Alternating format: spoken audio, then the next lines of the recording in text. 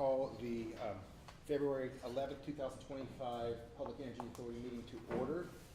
And before we start on the quorum, I'm sure people are seeing there's a couple new faces here. So I'd like to make a couple of introductions. One, Steve Webb is the new member from the Economic Development Authority. Good morning, all. Chris Hamilton is back on the board from the West Virginia Coal Association. And I'm back as the chair designee, as the Secretary of Commerce. Matt Harridge has designated me as the chair. So that's three sort of new faces. Some have been here before. But with that, seeing, and we have Harold Ward on virtually, so we have 6 of the 7 members here, so a quorum is present. We've been provided previously with the minutes from the July 31st meeting. And see if everyone's had the opportunity to review those, if we have a motion to accept those. Approval of the minutes. So moved. Jeff Allen first. Do we have a second? Second. Charlie Bird. Any discussion? All in favor, say aye. Aye. Opposed? The minutes have been approved. Jumping straight into the presentations, we have first Jim Myers from First Energy Mon Power, President of West Virginia and Maryland Operations. Jim, the floor is yours. Great, thank you.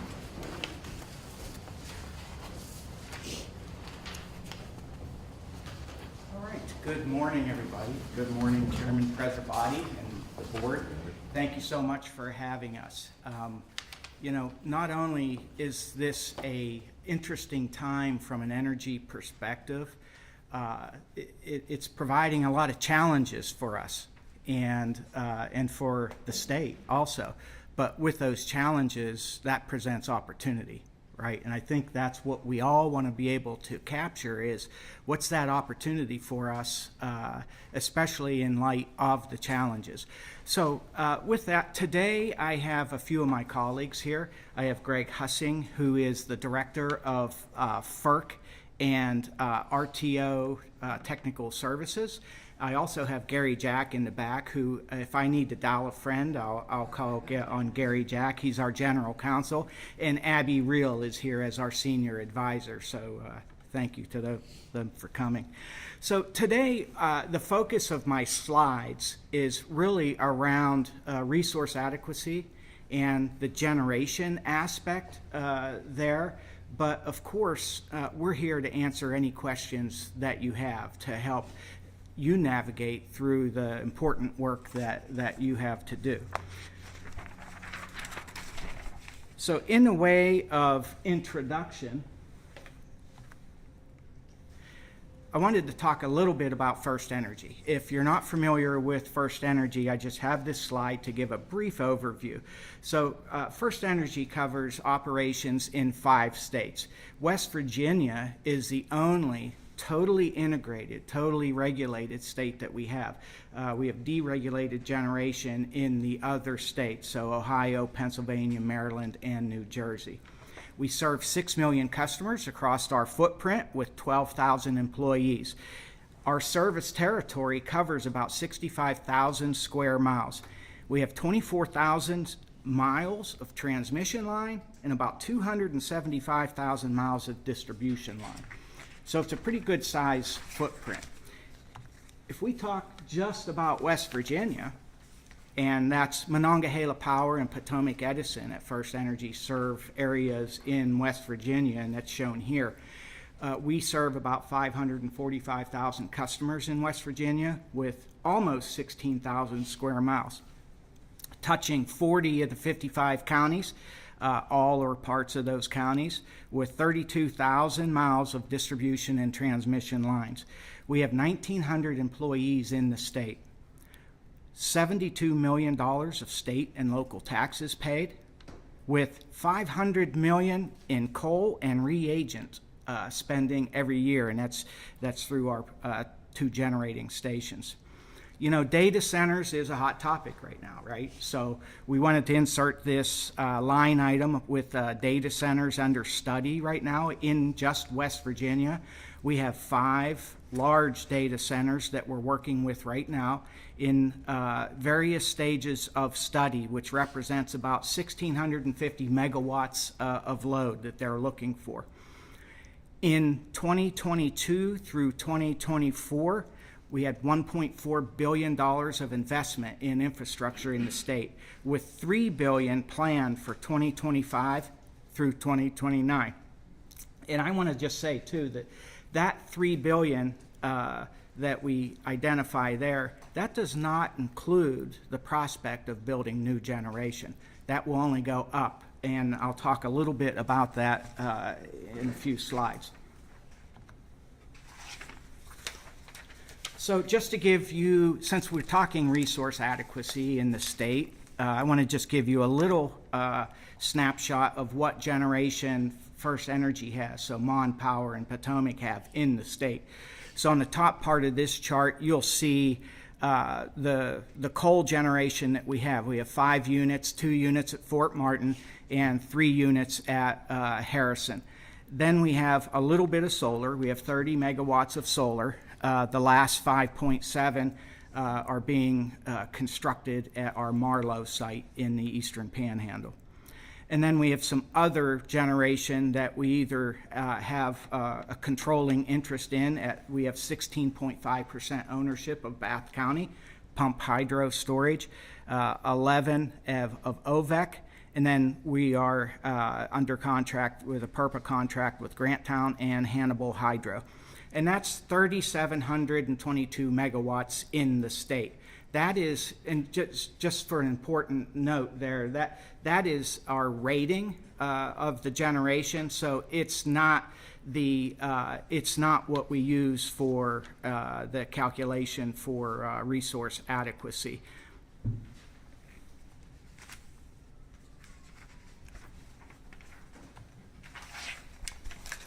So if we go to the position in the state, if we look at the resources, the generating capacity that we have in the state, and this isn't just FirstEnergy. This is what's active in the state of West Virginia. The number of gigawatts are about 6 gigawatts of load that are required in the state, but we are a net exporter in the state by another 6 gigawatts. So that's a very good position to be from a state perspective, especially when we're talking about resource adequacy. The states that are surrounding us aren't really in that position. The other state that I work in Maryland is exactly the flip-flop of that. So they're struggling a little bit more from a resource adequacy perspective. If you look at what's in the queue from PJM, I think PJM was in recently, there's a lot of generation in the queue. The question is, will it get built? But if you look at year over year over year, 2026, 27, there's a lot in the queue. The good thing about what's in the queue is it's dispatchable generation generally. So 71% of it is gas, combined cycle, and then there's a small amount, 28%, which is solar, or we call it intermittent, non-dispatchable, and solar or solar with battery. So really the important thing is that we have dispatchable generation in the queue, which does help with the resource adequacy issue.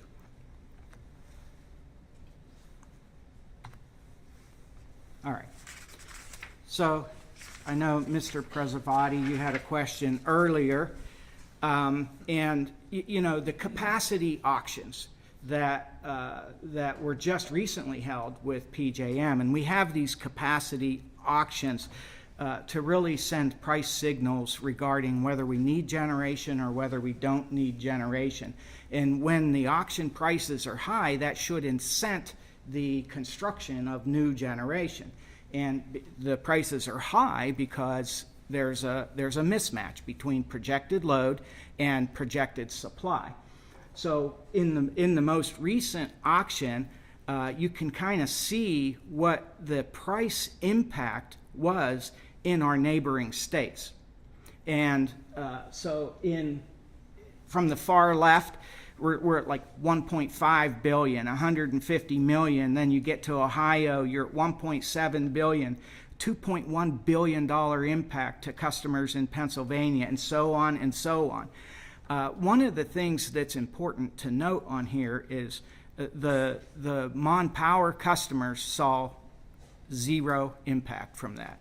And the reason is that this is the impact for when you go out on the market for your generation, right? And when you go, and this is the price of generation, demand out on the market. And we have enough demand to supply our load. And so there's this net give and take, which nets out to zero for our customers. So we're pretty much hedged against it as long as we have enough generation to serve our customers. If we have more generation, then we're just making money for the customers. If you look at some of the states who are fully regulated, you're seeing a less and less impact. Because of matching the generation with the load that they have. But they're spending a little more time in the market for whatever, and that's the total view for the state in the other states. In West Virginia, I'm just showing our customers' impact. So, we worry about the demand that's out there. And the capacity that that's available to meet that demand. This is supposed to be sending signals that generation needs to be built, and that's a 3-year look ahead for that. And I think an important message that I like to point out is there's a lot of activity around that starts looking like deregulation. Especially in regulated states, where you're carving out certain loads and you're wanting to, not you, but we're wanting to address them separately outside of the regulatory construct. And when you look at the regulatory construct that we have in the state, it's actually helping our customers. It's a shared cost across our customers. As we bring in more load, it's not watering down, but it's lowering the cost each time we bring in load, and then that's less and less burden on each and every customer. When we think about carving out special loads and taking it outside of that regulatory construct, we eliminate that portion of it, at least for the portion that's carved out. The regulatory construct is working here in the state, and it's helping to keep costs down, and it's helping to hedge us against some of these transmission costs and capacity costs that are out there on the market. So what we wanted to do today is there's a lot of discussion around data centers. And let's not just say data centers, let's just say really, really large load customers. It could be anything. I'll hear talk that utilities don't want to serve these customers, or they're not able to serve these customers, and I want to dispel that myth. We very much are currently working with those customers and want to serve those customers and have the ability to serve those customers.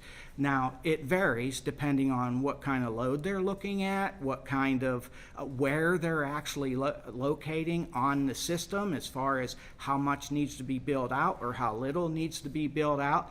But we wanted to give you a feel for what does the customer have to do, what process does the customer have to go through for interconnected load, on the system. And this, it could be anywhere, but for us in FirstEnergy, this is the process, and it's very similar regardless of where you go.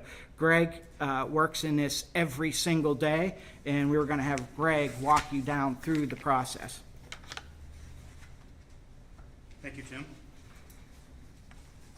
Thank you for inviting us to come here today. So when we look at the connection process, I want to call it a customer engagement or customer partnership. when we're working with a large customer, a large load. And this is a track record we have used, and it works, where we partner with the applicant. So the applicant's going to call us and come to us in different forms, either through the economic development path that they're working with through the state, or they're working through a process through economic development means, or they're coming to us through our customer support arenas, or they just know someone, you know, that they have an executive contact with, but then a core group of people get together to then partner with this applicant. So once again, we're going to partner with them because they're going to bring something to the table. They're going to bring their design, their thoughts, their vision, and so it's just not a piece of paper. It is an engagement. It is a partnership that says, here's what I want to do, and here's my vision. How can I shape my vision? How can I make this go better? How can I bring something to the table? What are you going to bring to the table? So we collaborate together. That's why I call it an engagement or a customer partnership.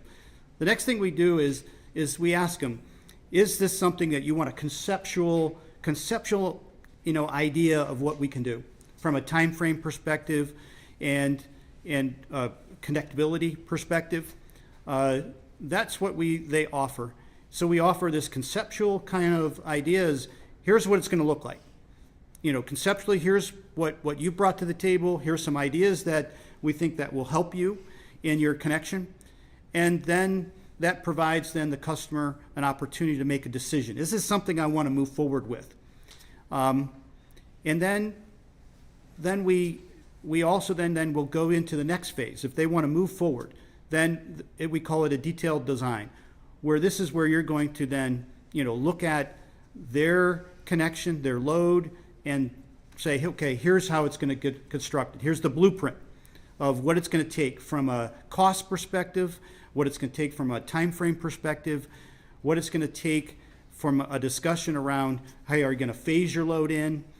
For example, a data center may want a gigawatt a load, which is a lot of power, or they may be able to phase that into phase 1, phase 2, phase 3, where you can then have time to build the infrastructure around that so you can ultimately serve. So there are many kind of components that we like to work through in the detailed load study. And as we work through that, then we are corresponding with the customer. Once again, it's a partnership, always a partnership, two-way information, and that way then we can come to the ultimate outcome. We take in our process 180 days to do this very detailed study. And it's complicated when you get these large loads, because you've got to understand how you're impacting the rest of the grid. The rest of the grid, it's all interconnected. So you're impacting not only yourself, you may be impacting your fellow utility as well, because the grid is interconnected. So what we do, I'm going to say it's a simplified illustration, but it's a waterbed. You push down somewhere else, something else goes up. So everywhere you connect load in these large segments, you're impacting everything around you. So you got to make sure you're not going to impact that adversely.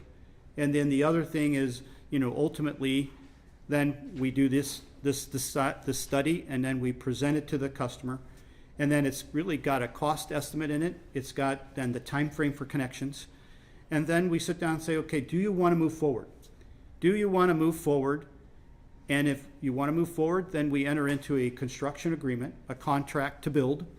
And that customer then is obligated then to the cost of construction, because we don't want this to harm other customers if we get into the middle of the process and then they back out. So basically, the costs that in their construction agreement really lay out the milestones for construction, the customer obligations, and then also the risks and activities if they were to breach that contract or go into full.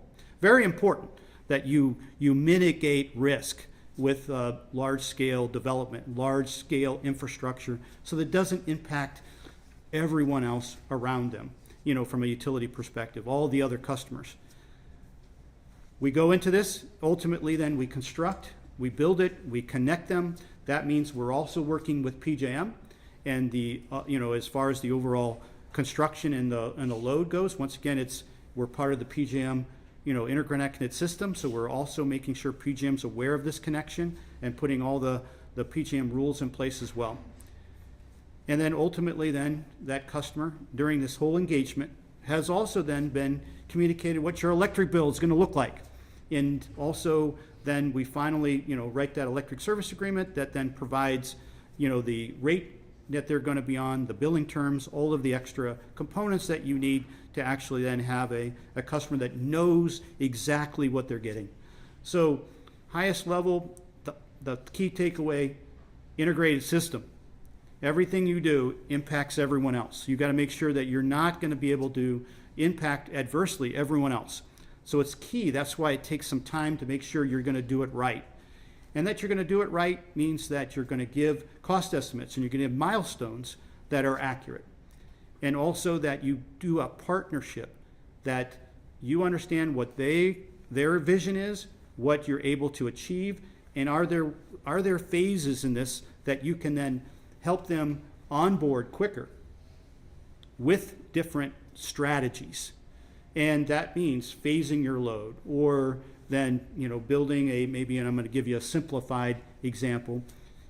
Maybe it's such a large load that you need multiple wires, multiple connections going to them. They're going to have multiple transformers. They need a lot of wires to connect them. Well, you may be able to do it with a single tap initially for 3 years, for 4 years. That gets them up and running.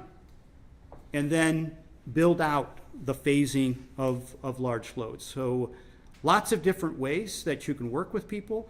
They also bring a lot of information as far as the activities that they have from water or from their fiber or from their gas, or are they going to bring any kind of offsets of any activities with them. So once again, a very collaborative process. So highest level, partnership, work together as a team, and then you get the objective, both from the customer and the utility forum.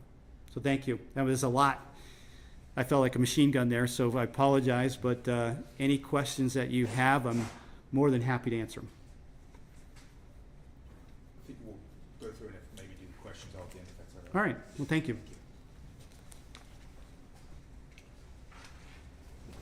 So I just wanted to close with a couple remarks in that,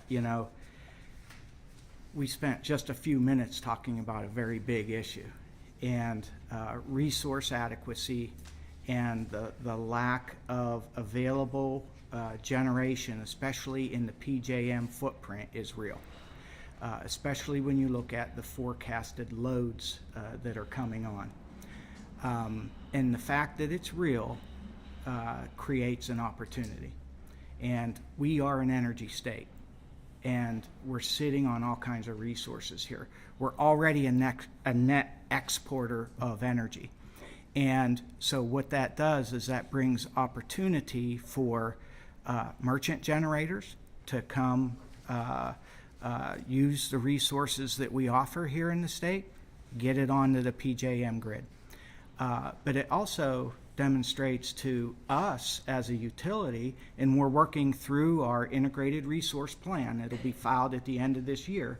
And the last one that we filed 5 years ago showed that we needed more generation. We were only about 200 megawatts short. So we just very briefly, you participate in the market when you need it.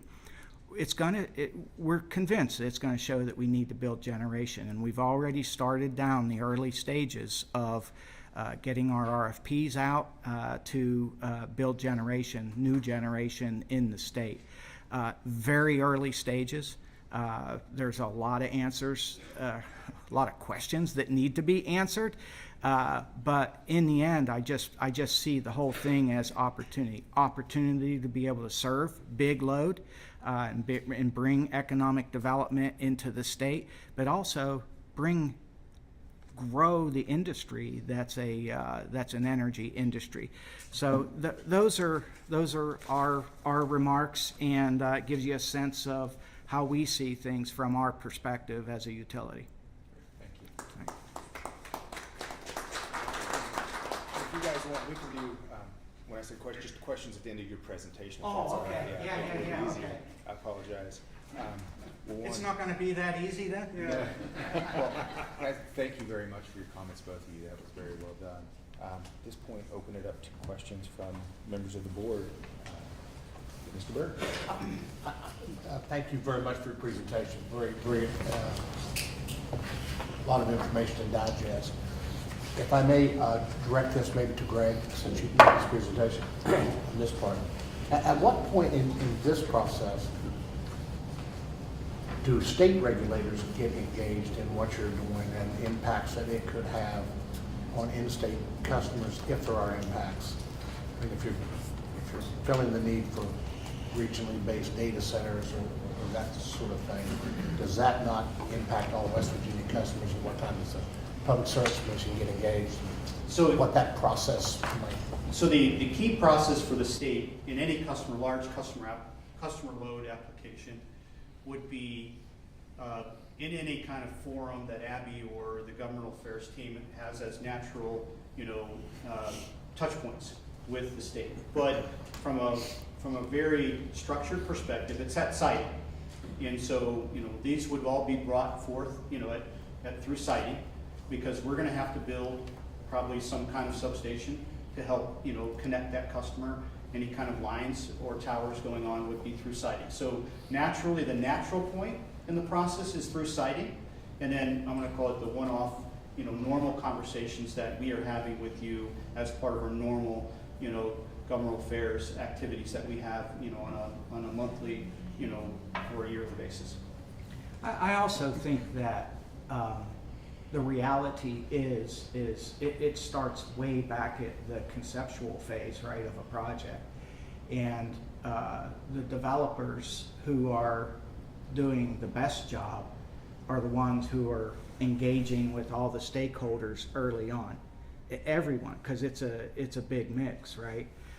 You've got to get local and state governmental officials on board. You've got to get the utility and the supply side, but not just that. You've got fiber and water and all the infrastructure needs that you have.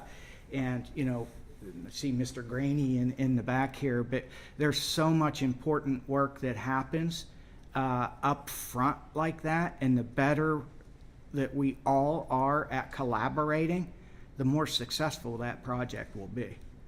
So players are poured in pretty quickly at the beginning. If they're not, there's trouble. I mean, it's clunky if they're not. Yes.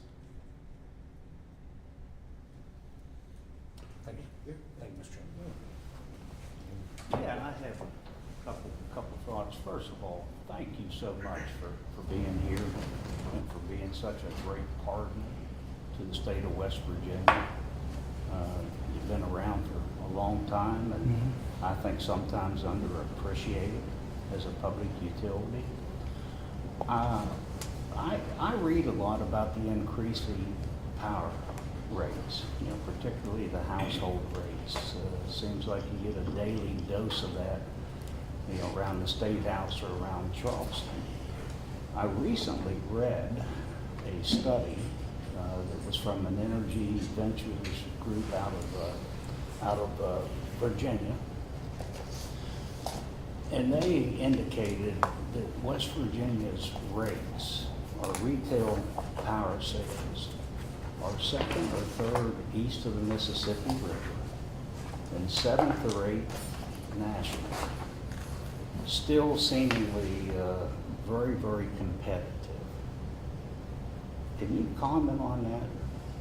And so you said second and then seventh best? I think it was maybe eighth, seventh, eighth. Lowest. Lowest. Yeah. Yes. But east of the Mississippi, second or third perhaps, and lower than all of our surrounding states. And But maybe this is more. something that is raised, obviously, all the time with us. And I hear varying numbers that are out there, but every time that I do a comparison or have that comparison run with our folks using publicly available information, it aligns with what you just said. We're somewhere around the second lowest east of the Mississippi. And then I agree, top 10, I'll say, just in the country. Now, the thing, I mean, there's residential rates, commercial, industrial, but when you average the rates, that is true. And it'll be similar when you break the rates out by classification too. Yes. I think there's a pretty high appreciation for the integrated system that you spoke of, and our coal-fired generation that provides the needed baseload. What can we, I think there's a paradigm shift underway, one that encourages more generation from fossil energy. I think there's always been great support of that here in West Virginia, but I think nationally there's an opportunity to perhaps ramp up our fossil energy generators, to perhaps occupy a higher piece of the overall energy pie. With that said, what can we do to help you to continue to operate your coal-fired generators? How can we help you as a state, as a public energy authority, to run those at a higher degree of efficiency and to ultimately elevate the capacity factors of operation at your facilities? Yeah. There's several things going through my mind with that one. A couple things I would say. Let me first say that we are very much a fan of our coal-fired power stations. And to the extent that we can run them as long as we can, that's what we want to do. Because I really do think that's what's best for our customers. You have to look at it from our customers' perspective. The things that get in the way of that is environmental legislation. That's really what has caused the premature shutdown of coal plants anywhere that you're looking. So it's, and the costs that, yes, you could invest in that plant and maybe meet some of the environmental regulations, clean air in particular, but the cost of that investment is starting to exceed the cost of a new plant. So now you're starting to look at, again, what's best for the customer. If we can continue to operate those plants and still meet our all of our regulatory requirements, that's what we want to do. I will say, though, that eventually the plants hit an end of life, at least with some of the main components that are inside of that plant. And I will tell you, take boiler tubes. At Harrison, I heard, don't quote me on it, but I'll share what I heard. We have like 37,000 miles of boiler tube, you know, if you measured it out. So it's a lot of boiler tube. So that boiler tube has been there for a very long time. If we have an unplanned outage, it's more than likely a boiler tube failure, then we go repair it. Those 37,000 miles of boiler tube are eventually just going to hit, you know, I just can't keep up with all of the failures. We do the outages, we do the investment, we do that to extend the life of the plants. But eventually, at some point, they are going to hit end of life, and then you're faced with a decision. Can I get a coal plant permitted? I might be able to in the state, but I might have other problems with getting a brand new coal plant permitted. I need generation now. I can't be tied up in a long, lengthy permitting process for new coal. So capacity factor, I mean, actually our capacity factor isn't bad. You know, I think last year we were hitting close to 70. and again, we're fighting with our boiler tube outages to try and keep the thing online.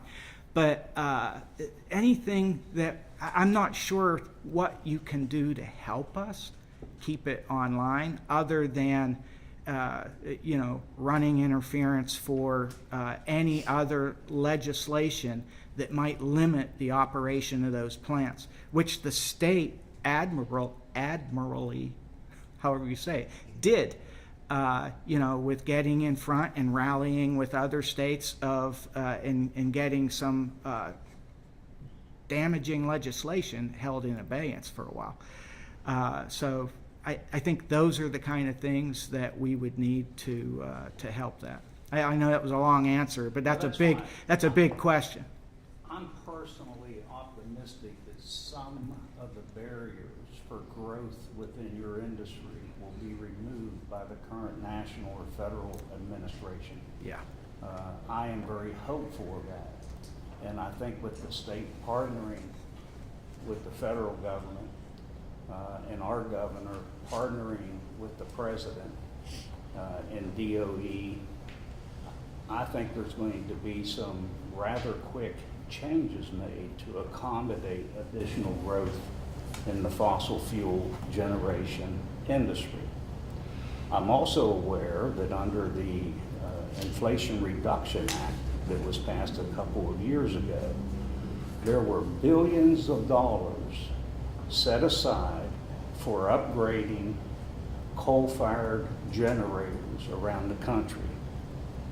I also know that the previous administration that was so hell-bent on moving away from fossil energy absolutely halted and discouraged any coal utilization or gas utilization of those billions of dollars that were appropriated through the IRA.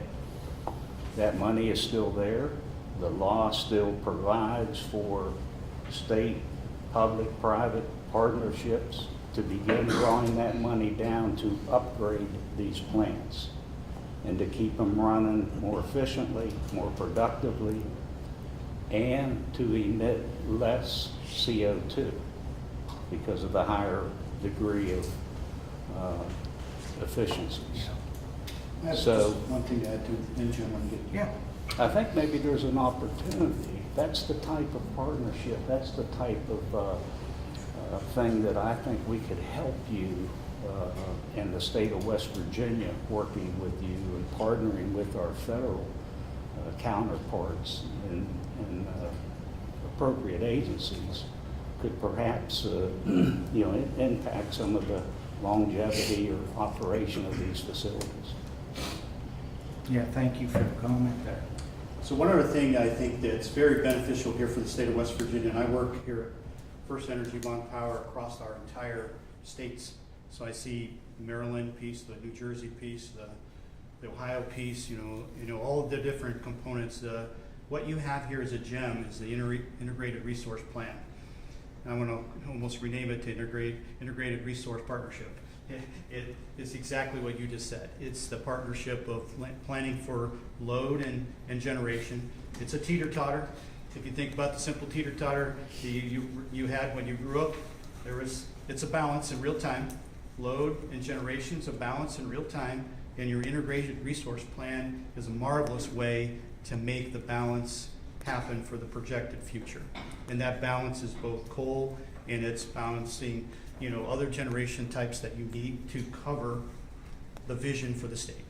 I think what you're seeing this year especially is our neighboring states who deregulated generation are moving towards bringing back a statewide integrated resource plan, and maybe even things that start looking like partial re-regulation of generation are really examining that because it's gotten too far behind.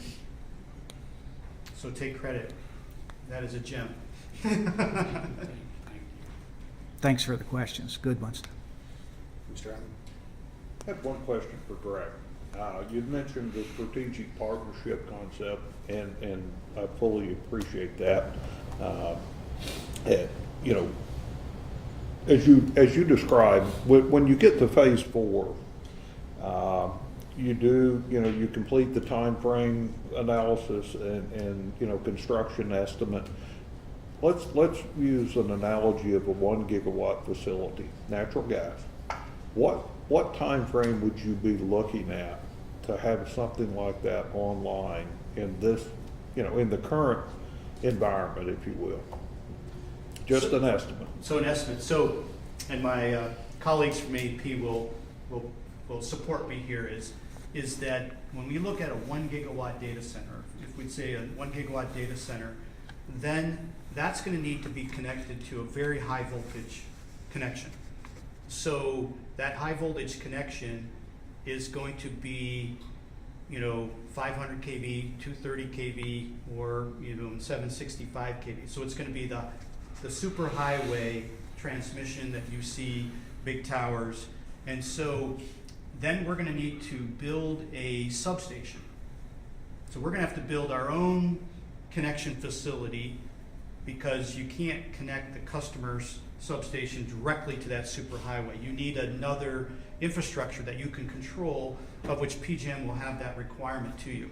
So when I look at so we're going to build 138 kV, we're going to step it down to 138 kV, we're going to build a big substation to feed their substation.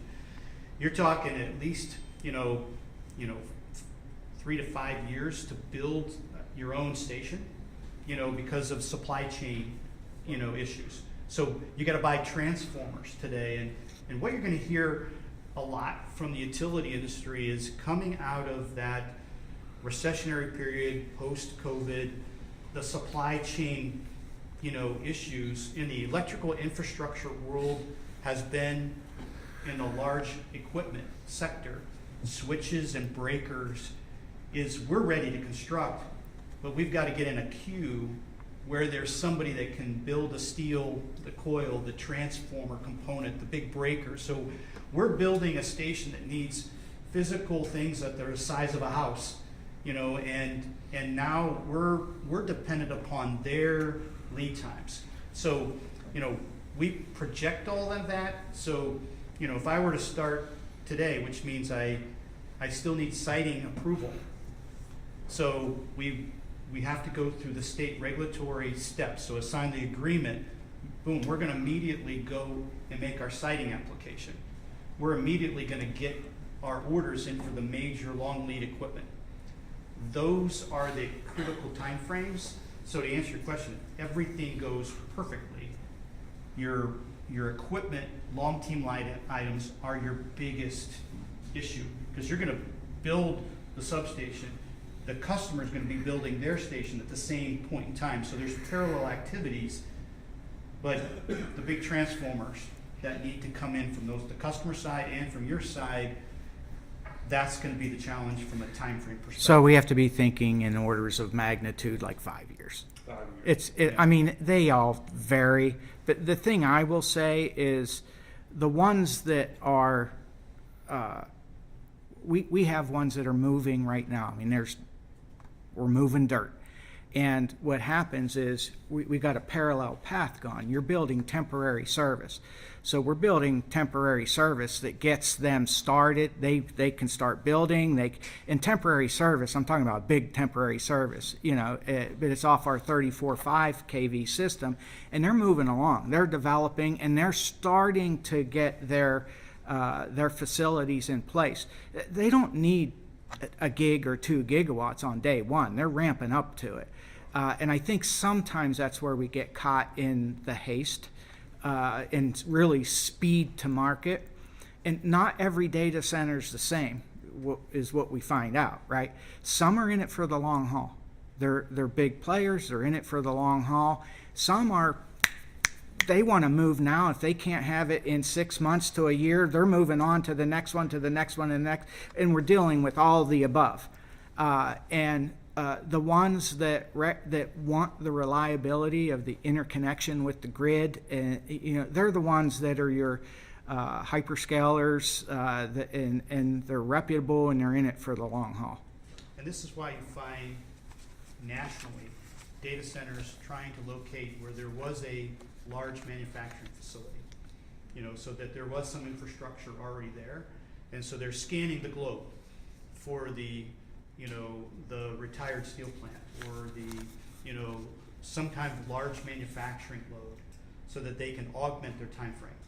And that's what we see is, hey, if you're gonna do greenfield, new build, like a new allotment, new construction, they all know what the lead times are, and they're looking for, hey, where can I locate that then doesn't have all of the infrastructure I need, but a good chunk of it, and then they'll add to it. So, love your question, get that a lot. It's still unique to the situation, but long lead times, that's the big long pole in the tent, that they say. Thank you very much. Also, thank you guys for being here. Wonderful presentation. Yeah, it's our pleasure. Very informative. Mr. Webb? No, I'm good, thank you. You're good? Nick, one more from you. Can you give us a level of confidence that, talking about this greenfield 1 gig example, conceptually, this 3 to 5 year timeline's the same any place in the country? That if it's a greenfield, I mean, you've got to take that much time to develop your. So unless you can find a location with current infrastructure, you're exactly right. The competitive space is all the same because the manufacturing across every utility is going to the same, however many vendors. So it's all transformers and large transformers and breakers. That's your long lead time, so that that levels out the playing field across all of the states. It can actually get longer after that, because what happens is the data centers like the cluster. And they're clustering together, and I mean, we see it in several areas, and now you start to really saturate those areas, and then, geez, just to the amount of construction and the amount of upgrades that you have to do, it could be longer. Now, are most of the components of the substation sourced domestically, or are they, procured from an international market? Both. Yes, Both. both. But I mean, We've had to lean more towards an international market to get, it used to be mostly all domestically. We're getting out a little more, like on power transformers to other countries. Yeah, like France and different countries. Sure. So your Siemens of the world, your large scale manufacturing, GE, Siemens, these large, you're working with their business model, as well. Supply chain challenges or supply chain challenges, no matter Yeah. kind of where you're at. But that's a Yeah. great question, just to levelize, hey, it's global across all of the utilities. And once again, the data center world is scanning the entire nation for that, but the end result's the same transformer, that needs to be, procured. John, 2 questions real quick. Appreciate it. One, it seems like in your territory you're facing different problems in different areas. Can you speak to, we've talked a lot about the generation issue. It seems like in some areas you may have the generation, but you don't have the transmission to get them there.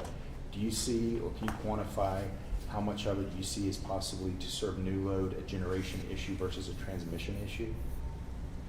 So transmission, once again, if somebody wants to locate somewhere, then part of that plan I put up there would say we're going to build transmission, to get you connected. So that just is going to extend the project schedule. But if a customer wants to build something, we will then give them what it's going to take to build in that area.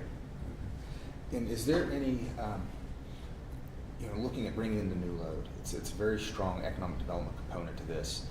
And where I've seen it is sometimes the developer will come and say, we have this project, we want to know if there's power, we go to the utility, and then we do this power study. Are the utilities identifying certain areas within your territory that may be good opportunities there for the developer, saying, if we have a data center or manufacturing or whatever it is, these are the areas where it's best in our territory where we can meet those needs, and there's certain areas that may not be as beneficial. Is there any kind of like designation of or identification of opportunity, I don't say opportunity zones, but areas where it's better suited for manufacturers? Yeah, so I get that question a lot as well, like a heat map of says, hey, this is not good and this is good. Transmission is non-public information. It's called critical infrastructure, and so the utilities are limited by you can't just put up a heat map of your transmission system like you can do on distribution. You can do that on distribution, but on the transmission side, it's critical infrastructure. So from our side, we don't do that because we treat this as non-public information. People can play congestion, they can do all kinds of different, activities out in that are not allowed by FERC. So what we do is we strongly suggest you go through this conceptual. Give me as many points as you want, and I'll tell you. We give them attributes, as Greg mentioned earlier, we'll give them attributes that say, we find it that you'll be more successful if you look in these kind of areas. And we can kind of show them where those areas are. If you see a tower with a large line on it, that's a good spot. I mean, the easy ones are, the one that we had that's active in Maryland was a former aluminum smelting operation. So that there was transmission capacity there, and so it's available. So they kind of, make sense. Is there an opportunity for the state to work with you guys? I mean, we have the ability of non-disclosure agreements, we have FOIA protection, to work with you guys on helping to develop some of these sites, keeping it out, so that we can work with you on that? I think we should look at that, yeah. Okay, great. Yeah, just to understand, that's why we wanted to come today and explain it. Hey, it's not something you just broadcast to the world. There's other implications for that, and that's why FERC has some control of what you can say publicly on transmission. Things Mr. Hamilton has. Yeah, just one, as we're talking about the potential sites, Mountain Power had, I believe, a couple additional generating facilities within its fleet that were closed down a decade ago. Sites still under your control, and do they make possible, future sites for some other type of generator? Yes and yes. Yes. Okay. Thank you. Gentlemen, thank you very much. Thank you. Yep. Enjoyed it. Thank you. Thanks for the time today, and probably more importantly, thanks for the work that you did. Thank you. Thank you. All right, great. Next, we have Robert Bradish, Senior Vice President of Regulated Infrastructure Investment and Planning at American Electric Power. Yeah, we'll take a second here to get his presentation up.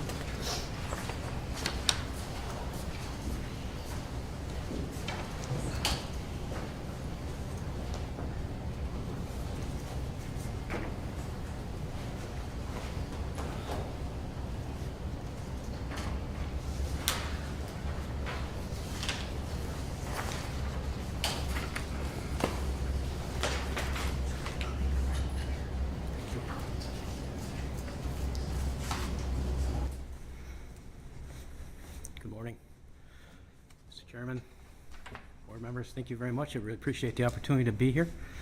And I really appreciate the groundwork that the First Energy team laid in advance.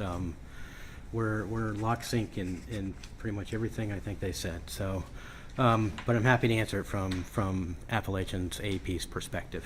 Before I get started, APCO, I affectionately called Appalachian Power Company APCO, part of a much larger AEP system, which does bring some benefits to them, and we'll talk about that a little bit when we get into the kind of the whole capacity issue.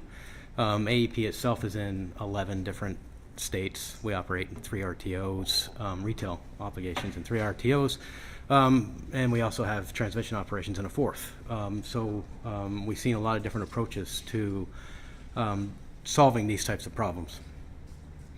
But let's get to the kind of the large load discussion piece of this. I think the team. We'll skip. This is kind of just an outline. You guys have that. Okay, got this figured out. Excellent.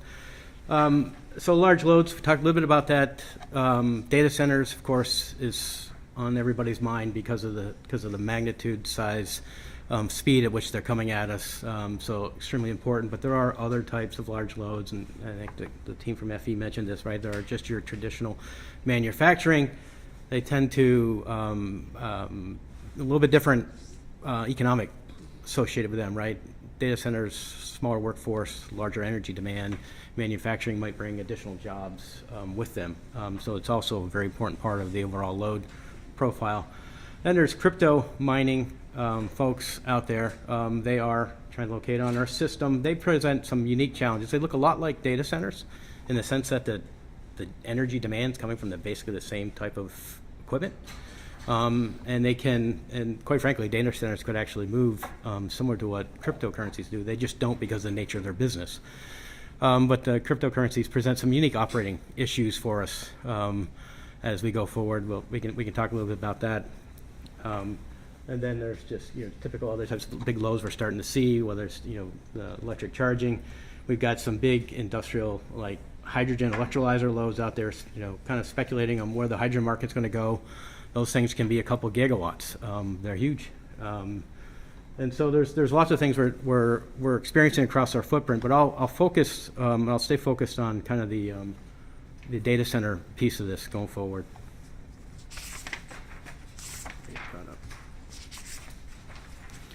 So one of the things we talked about, and what we affectionately call the kind of the top 10 list of challenges. I want to spend a little bit of time on this, challenges and opportunities with large loads. And it kind of spans the gamut of what we have to deal with when addressing how these large loads are going to impact our grid. Mindful of these loads, 1,000 megawatts, right? It's bigger than most of our generating units. Aside from when we got to the 1300 series, and folks aren't making those anymore. These things are bigger than most generators. So we need to, and that's important because it's traditionally loads show up on your system. No big deal. You connect them. They're relative, their size relative to what your system was capable of. There was no comparison. You could easily connect a megawatt load, even 10 megawatt loads. But when you get things that are as big as your generators, if not bigger, and their energy demand is greater than the ratings of your larger transmission lines, it does become a challenge to try and integrate them into the system, and it does take some time and effort and some investment.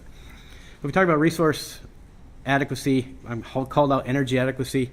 We'll talk a little bit about that a little bit later. There's the peak demand piece of it, but there's also every hour you've got to serve these because they have a fairly high load factor, right? They'll have a 90+% load factor, means they're on around the clock, as opposed to traditional type of loads that cycle with the day, cycle with the seasons. They just cycle. As a matter of fact, I took a quick look at our load factor, average load factor for APCO, and it's somewhere between 50 and 60%. Typically, on average, if you look at 2024, these are going to, like I said, going to be in the 90+%. So they're going to need a lot of energy, and that'll become important when we start talking about coal units. Certainly transmission issues, lots of challenges around transmission, because of their size, but also we've got to keep in mind, these are inverter based also. So they're sensitive to what happens on the grid. And so that became an important issue recently over on the East Coast. And I'll talk about that when I get to that, but that's an important thing to remember, and that's what makes some of the transmission work more challenging in terms of how we look at these things. Demand management, real-time variability. Real-time variability can be your friend, it can be your enemy, right? When you get 1,000 megawatts ramping up and down for its business needs, you start to see that as the FE team sees, you see it across the grid. It's not local anymore. It's not a local problem. You're seeing it across the grid. And the other thing they called out was that these folks tend to like each other. So they all want to locate in the same place. So they're very high energy density, and they're also very high geographic density. And imagine if they're all starting to move, because they all got the same business model, and they all start to move their operations up and down. And now it's not that gigawatt, it's 30 gigawatts moving up and down. We are going to see that across the grid. And generation has to keep up with that, has to move with that. So there's some issues and concerns we have around that ability to exercise that type of impact on the grid. And so do we need more standards around that? Do we need some requirements around that? Do we need more insight, more situational awareness around that? Those types of things, we have to talk about them because they're very real, and they can have significant impacts on your grid. Co-location. Co-location is a fantastic concept. If you've got a generator sitting there and you put a load next to it, physically, that's a great thing to do. So co-location isn't simply just, are we close together, right? So the other issue we have is co-location, and we got into some conversation with some folks around this issue because it was, what's it mean to be grid connected, and what's it mean to use the grid in a co-located environment? So that's where the conversation from our perspective are. But I would argue that, yeah, if you can put generators and loads next to each other, fantastic. And if mostly they're throughout their operations, they're offsetting each other, great. That's a good thing to do. And speed to market. Again, there's a big substation already sitting there, and all you have to do is add a breaker string, or maybe not even that, just add a breaker, because the string might be there already, and you can connect a load in. That's fast. And so I would encourage folks to look for those opportunities. Doesn't mean we don't have to study it. We still have to look at the grid impacts. But you don't have to build as much infrastructure, and you may be able to move much quicker if you can do something like that.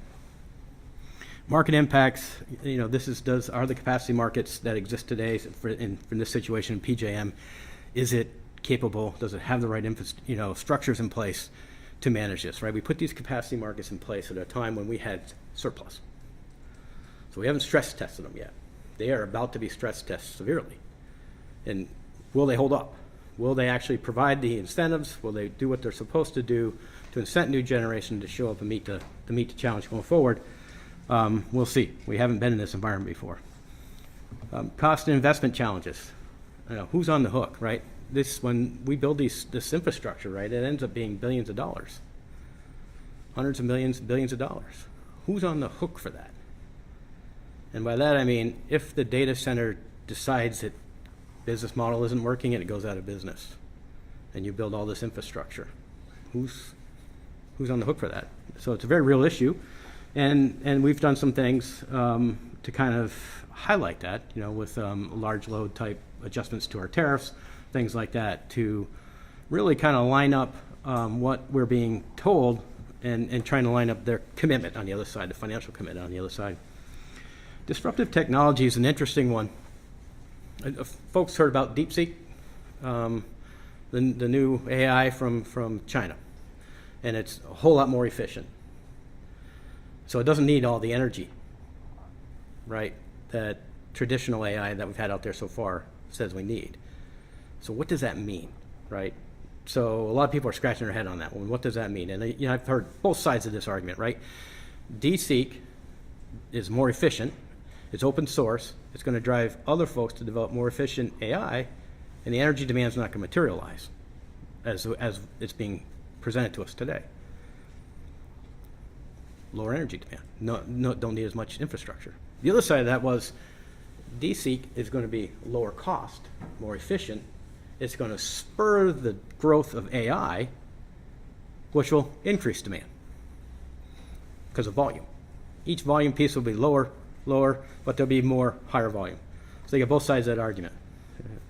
We'll see how it plays out, right, over time.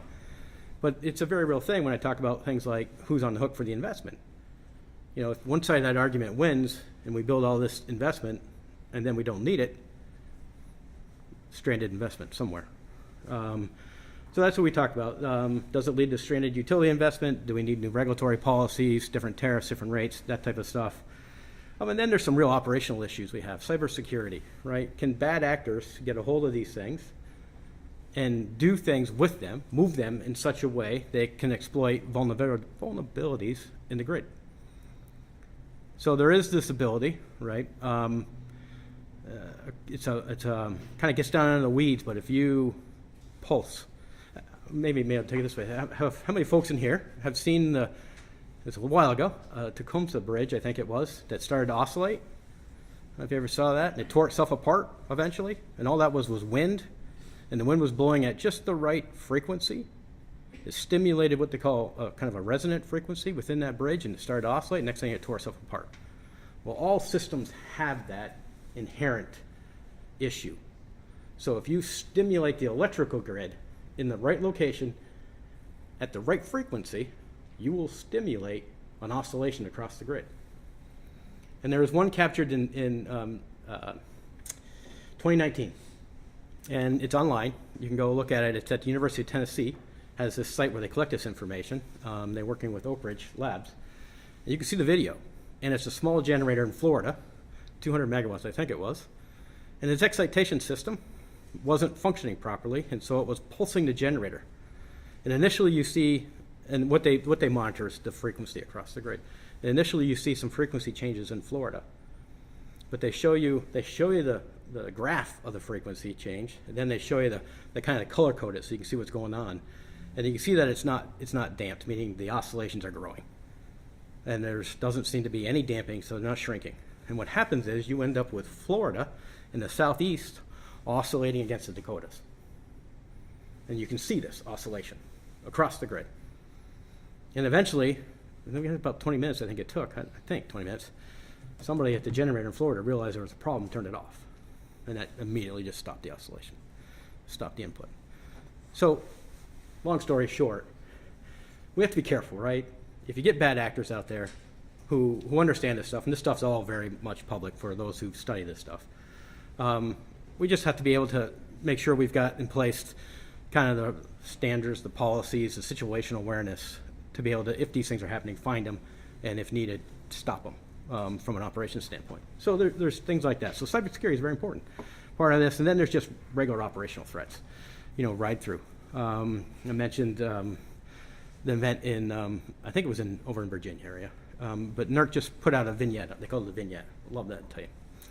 3-page right up on it. And what happened was there was 1,500 megawatts of data center load sitting very close together, and there was a fault on a transmission system, 230 kV system, faulted, and that system tried to reclose. And it didn't, when it tried to reclose, the fault was still there, it opened back up. And then first it does both ends at the same time, and then it goes to an end and end. So then it tries end A, fault's still there, tries end B, fault's still there. It ended up 6 times they tried to reclose on this thing, and they couldn't do it. Turns out the protection system for the data centers was, if you feel that 3 times, trip offline. So the data center's protection system says, we're not going to sit around and wait for this, for you guys to figure this out. We're going to just take ourselves offline until the tripping stops. And so 1,500 megawatts just left the grid. Now imagine if it was 15,000 megawatts, right? The other part of that is that when they do clear the fault, it all comes back. Those are huge shocks to the system. And the operators need to be able to deal with that, right? So we even have to think about our reclosing philosophy, things like that. So it gets into the weeds pretty quickly on some of these stuff. So those are the issues when we talk about large loads and what's it take to connect them. Those are the things we in the industry have to think about. And this is the top 10 list. I guess if you found some other folks, they might add to it, right? So that's why these things are they're a great opportunity, right? They're a fantastic opportunity, but they come with challenges. And we just need to be mindful of those challenges and do the right things to make sure we mitigate any of the risks that may come along with that. So this just kind of shows you kind of a highlight snapshot of what we've experienced from basically from a request perspective. This isn't what we got connected, but these are the folks who have showed interest in connecting to our system here in the east. The 12 gigawatts is up in the northern Indiana area. Mindful that utility up there that we own, Indiana, Michigan, is a 4.5 gigawatt utility. It's got 12 gigawatts that wants to connect to it. And we are vertically integrated. So we have the generation obligation there too. The 35's in central Ohio, and unfortunately it's not all of Ohio. Again, they seem to love central Ohio, so Columbus, in and around the Columbus area, where all that wants to connect. And then the 16 gigawatts is more in line with Kentucky, West Virginia, Virginia area. And so that's kind of the information, kind of the interest that we've seen in wanting to connect to our grid. And the 16 gigawatts, probably 4 or so is West Virginia oriented. The largest share tends to be over in Virginia, and then there's some in Kentucky also. But 4 gigawatts is still a lot, still a lot of load. I think APCO's winter peak is about 7 gigawatts. The summer peak is a little bit lower than that. So it's a fairly substantial amount of load. So we are certainly interested. This is not something we don't want to do, right? There's a lot of this, I think the FE team mentioned it, utilities aren't interested in this, they don't want to do this. That's going to be further from the truth. We're very interested, but we also understand what it takes and the challenges associated with it. I just want to highlight kind of this energy and capacity concept, because it is an important one, especially for these types of loads, because they are huge energy demands. But energy is kind of, the amount you consume over a given time period, right? It could be an hour, it could be a day, it could be a month. And usually when you see that, you'll see the units, the KW, the MW, it's got that H on the end. It's telling you this is an energy measure, it's not a capacity measure. Capacity is just that instantaneous peak. How much can I actually deliver at any given time? And that doesn't have the H on it. That's the kilowatt megawatt value. So that's the kind of the capacity. I think Jim might refer to as demand, but those are the two components we're interested in. And so we've got this little example. This little example is actually, it's been quite helpful for a lot of folks to kind of understand, draw conceptually in their mind kind of that difference between capacity and energy, right? And this is the first example. You've got a single 100-watt bulb, and it burns for 10 hours. So it's got 100 megawatt or 100 watts of capacity requirement, and it's got 1,000 watt hours of energy. Then you've got 10 light bulbs, but they're only on for an hour. So you got 10 light bulbs times 100 watts per bulb times an hour, same amount of energy use. They just used it much quicker. They used it in an hour, as opposed to someone using it in 10 hours. But then when you ask, hey, how much generation do I need to support these? Our paradigm has been very capacity focused. So the 10 bulbs need 1,000 watts, right? And the other bulb needs only 100 watts. So even though they're consuming the same amount of energy, I need 10 times more resources for the 10 bulb one than I do for the single bulb one. But that energy piece is going to come back and get us.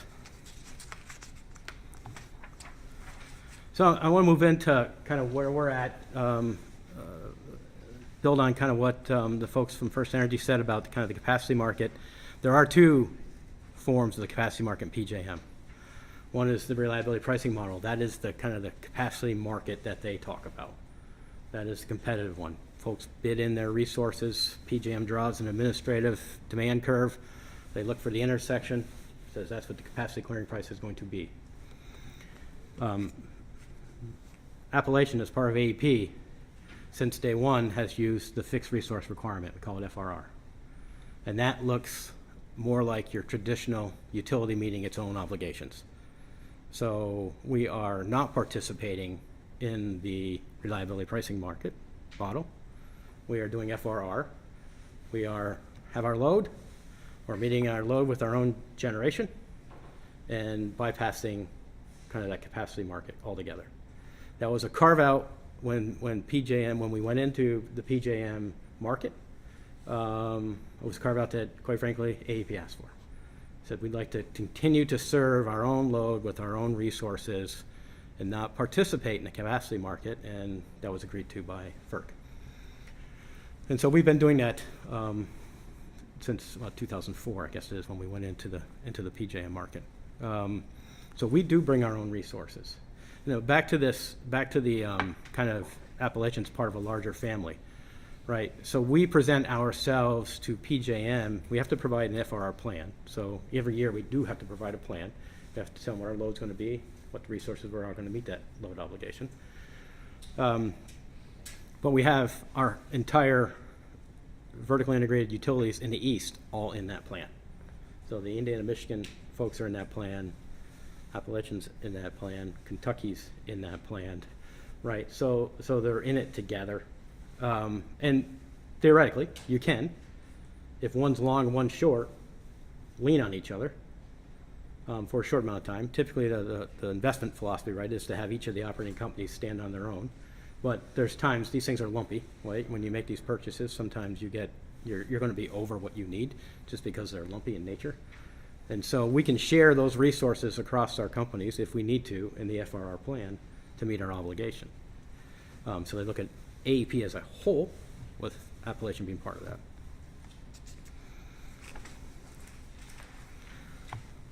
that. This is kind of where APCO is at today with the summer, their summer position. So this chart on the left is the obligation, on the right, the gray is the obligation, the right are the capacity resources.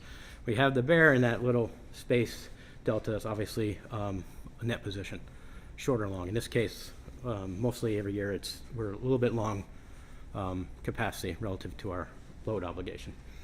And also I want to recognize within that load obligation, we maintain a margin, right? And we maintain that margin because in any given year, you can have situations where your load forecast is off or your generation doesn't perform the way it should and things like that. So your accredited capacity could change, your load forecast may change. So there's variability in those things. So we try and maintain a bit of a margin on top of that, and that's embedded in these numbers. It's probably about 200 megawatts is what we embed in this, at least in this chart. So it does show you, right now for summer load in Appalachian, we've got some capacity available to us above and beyond what our current obligation is. I will say at the end of this year, we will be filing a full-blown IRP, Integrated Resource Plan, in West Virginia. And so you'll have all the nitty-gritty details about our capacity position and quite frankly, kind of what the optimized plan would look like to serve that load going forward over the next, 20, 30 years and what resources we might bring to that. For a sneak peek to that, you could, we also put out the Virginia Clean Energy or Clean Economy Act. We have a annual filing on that. And we look at APCO as a whole for parts of that. It is focused on it's focused on renewables, clean energy. So there are some differences between that and what we do in an IRP, but it gives you some insight into kind of what you would see in an IRP. It's close. It's not a full-blown IRP, but it's close to that.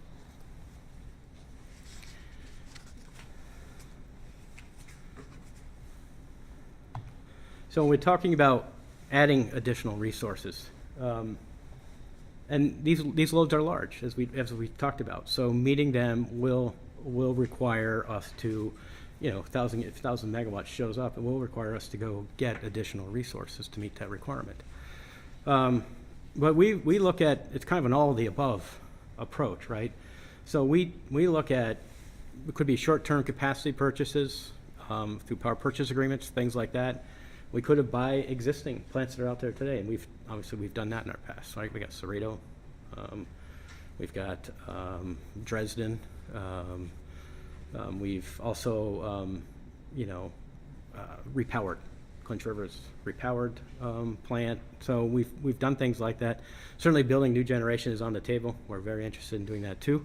And then you can do things on the distribution side, right? Distributed energy resources, things like that, if there's incentives on that end. But we will look at all those options and do what we think, right? Because we talked about these loads show up, but they don't show up with 1,000 gigawatts. They show up with their incremental load, and they ramp into it as they go forward. So that means you've got a timeline there in which you can fill needs early on with, again, power purchase agreements, going out and buying something that exists today, you get it immediately, and then over time ramp into if you need new generation built. Either you build it yourself or you incent somebody through the queue. And that's a picture. I just had a team grab a snapshot of the PJM queue. That's everything that's in there by state. West Virginia is the very right side of that. So you can see there's all kinds of resources in there, but there's a significant amount of gas in that also, in that queue. So all of this is on the table for us. We will, and I think we're going to need all of the above, quite frankly, to accomplish what we need to accomplish to meet these requirements going forward. The bottom note, queues have been notoriously fickle, right? So what goes into the queue doesn't necessarily get built. And so that's all that statement at the bottom is calling out, is that we got to be careful with looking at this information. Maybe, I think historically, 20-30% of the queues actually made it all the way through.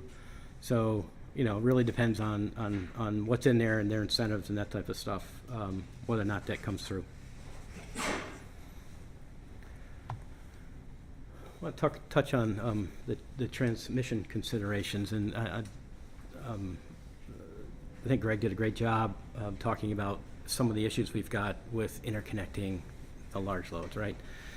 It is critical. We can't meet the demand going forward without a robust transmission system. And we can talk about the folks who maybe want to island themselves, but our conversations with the large loads has always been they ultimately want a grid connection, because you get a lot of benefit from being connected to the grid, even if the guy providing your energy is sitting right beside you. That guy beside you that's providing that energy probably can't run very well unless they're grid connected. They actually need the grid to provide them the system strength needed to keep them running at synchronous speed, quite frankly. So, and it goes on from there. There's additional issues, right? Voltage control. The grid's going to give you much more robust voltage control, much stiffer, because it's much stronger. Things like that. Things that are actually the data centers are quite sensitive to. And that's why at the end of the day they're focused on ultimately a grid connection, because there isn't a real good alternative to that at this point. So we're interconnecting large loads. There are several studies we're going to need to do. Certainly looking at the transmission capacity, and as Greg talked about, the fact that it is big loads, you need to look at a wider range. You need to look at a bigger region. They have impacts on your neighbors. They have impacts on what's going on. Your neighbors have impacts on you, and if you don't know what your neighbors are doing, sometimes you bump into each other also. Grid reliability and stability issues. Again, these are more sophisticated studies, stability studies, looking at the performance under fault conditions, and how these things will perform, what might happen. We try to get good models of them to understand kind of how they're going to perform. That's a challenge too. Voltage control, reactive power support, you know, what's happening on the voltage end of the world. Protection and control coordination, you know, I talked to you a little bit about the 1,500 megawatts that tripped offline because its protection wasn't synced up with the local utilities protection system. They didn't understand what the utility was going to go through. Utility didn't understand that 3 clicks and they're gone. So there needs to be more conversation there than power quality issues. So when we talk about what needs to get built, and I think there was a question around how fast can you connect them, right? And 3 to 5 years, I agree completely with what Greg said. It really depends on location. Like I said, co-location, you might be able to get there pretty quickly if there's already an existing substation and you can tie into it. But that's the interconnecting facilities, right? And then there's local upgrades, right? Because all of a sudden you've plopped a 1,000 megawatt load and you've changed all the power flows in the local area, and you actually might have overloads now. And so you gotta go fix them to accommodate that. And then depending, you may have even broader regional upgrades. Because, you know, maybe the first 1,000 didn't do anything, the second 1,000 didn't do anything, but that third 1,000, all of a sudden, now we got a bigger issue. It's created a regional problem. We're going to talk about that next, because we're trying to solve one of those regional problems now. And we've done some things. So we've been as candid and crystal clear with our customers as we possibly could. To Greg's point, look, this is a partnership. We meet with our customers all the time. We share our studies with our customers. They've offered to do joint studies with us from time to time because some of these bigger players actually have planning teams. And so we have really good conversations with them. And when we got in Central Ohio, we're not here in West Virginia, but in Central Ohio, we actually had to start telling them after we got to a certain amount, there is a limit to what the transmission system will carry. And you will hit that limit with these numbers.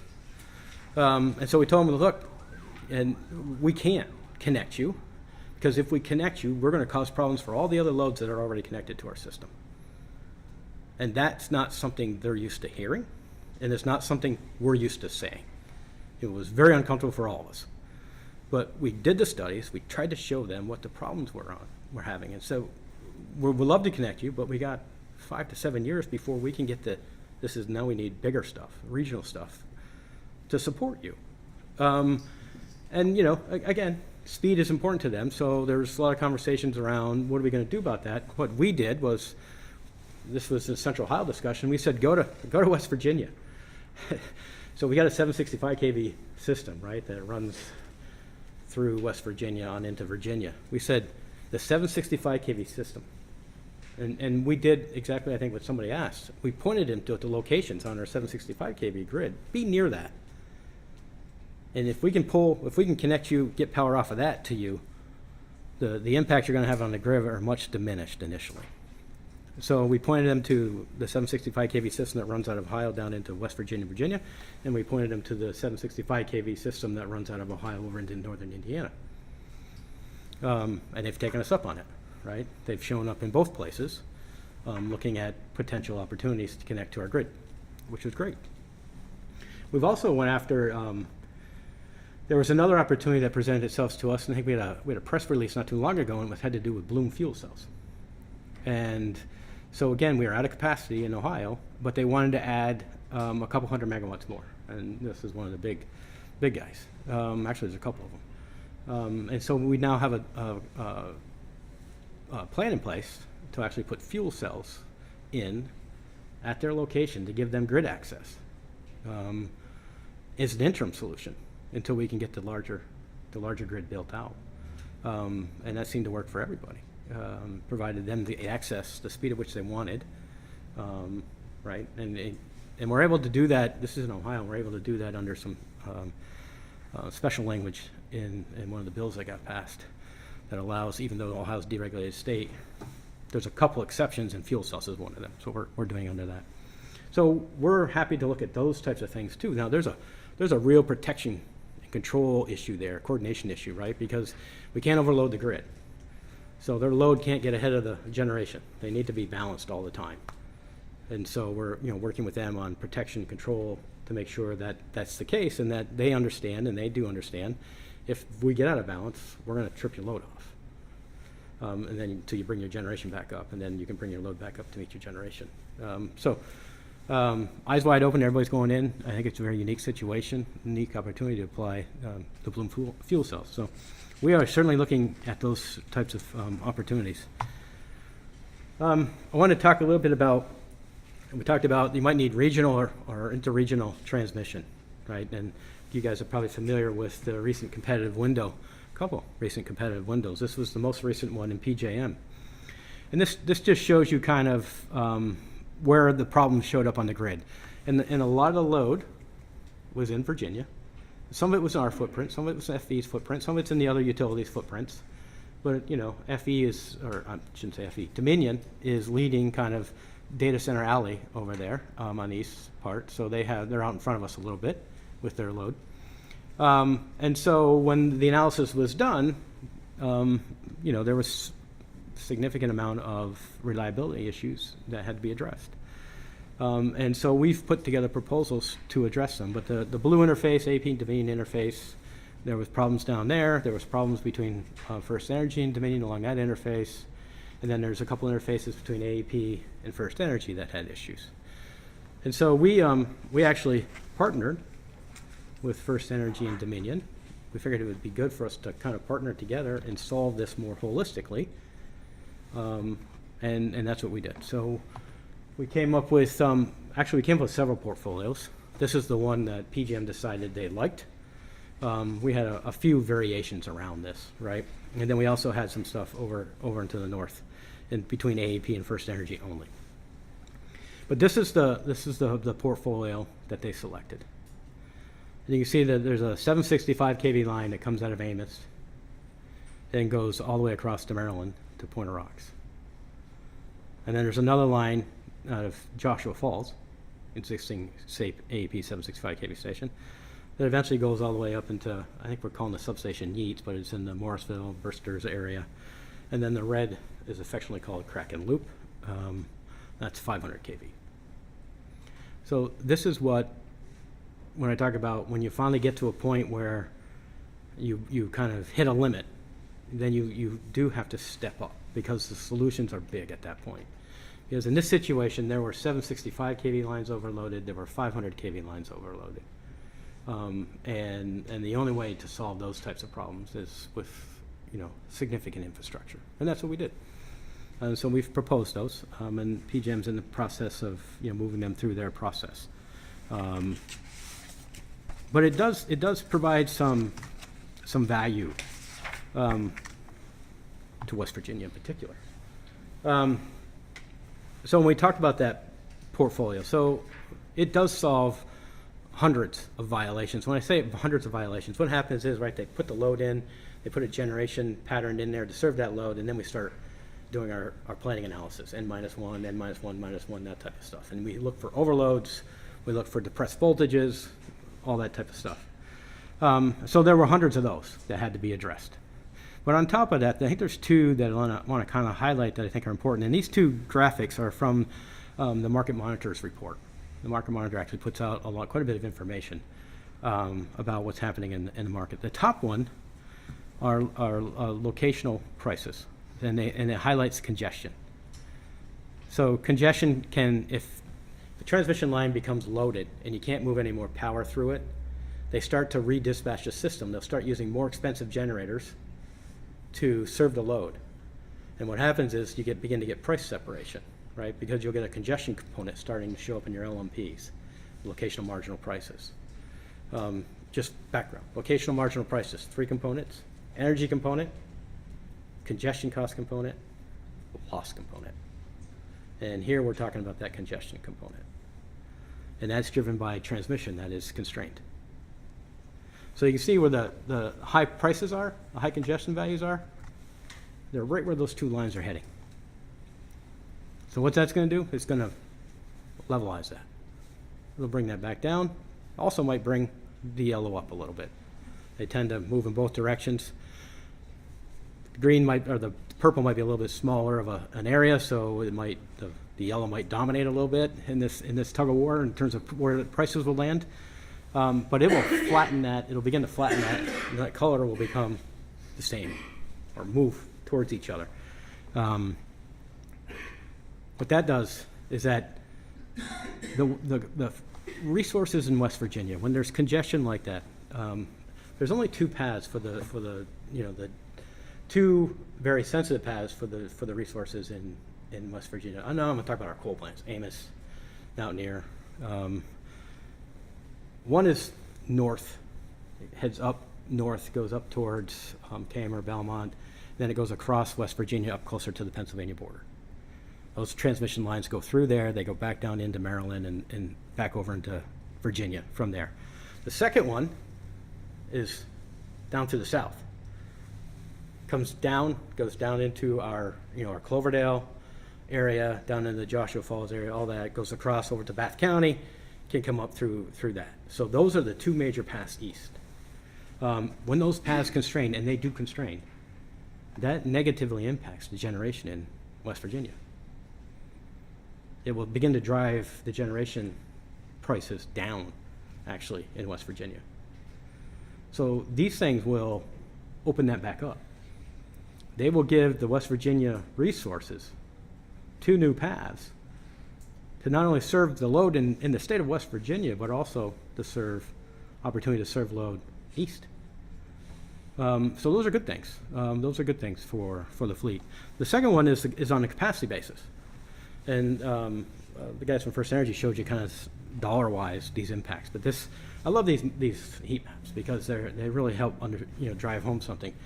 This heat map came again from the Market Monitor, and it's the RPM capacity prices for 25-26.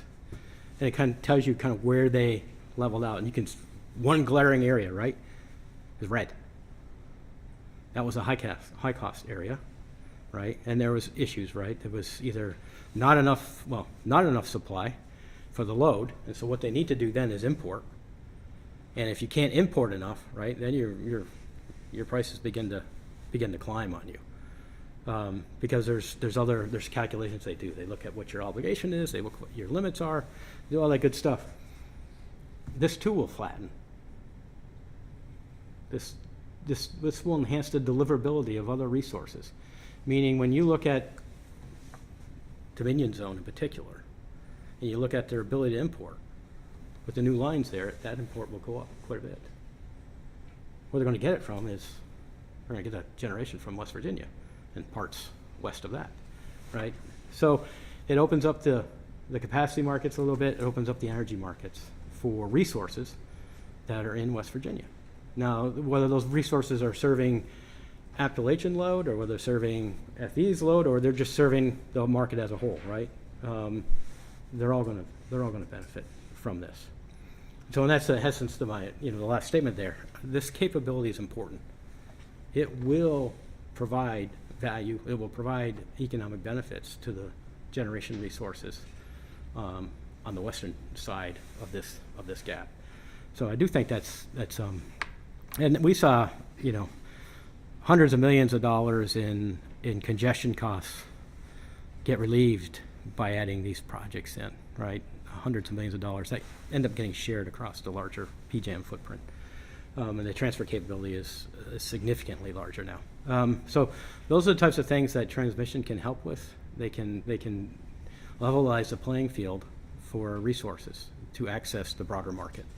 And that's what these will do here. So I think we're about done. Just kind of high-level summary here, right? So our approach, Appalachian's approach, we're going to acquire new resources, in a timely fashion to meet our growing demand, and we are in all the above. Do not see coal on this one. There was a lot of conversation around environmental regulations and things like that. So that one would be a challenge to try and get through that process, especially when they're doing all kinds of crazy things just to completely eliminate it. But we are looking at advanced nuclear, SMRs.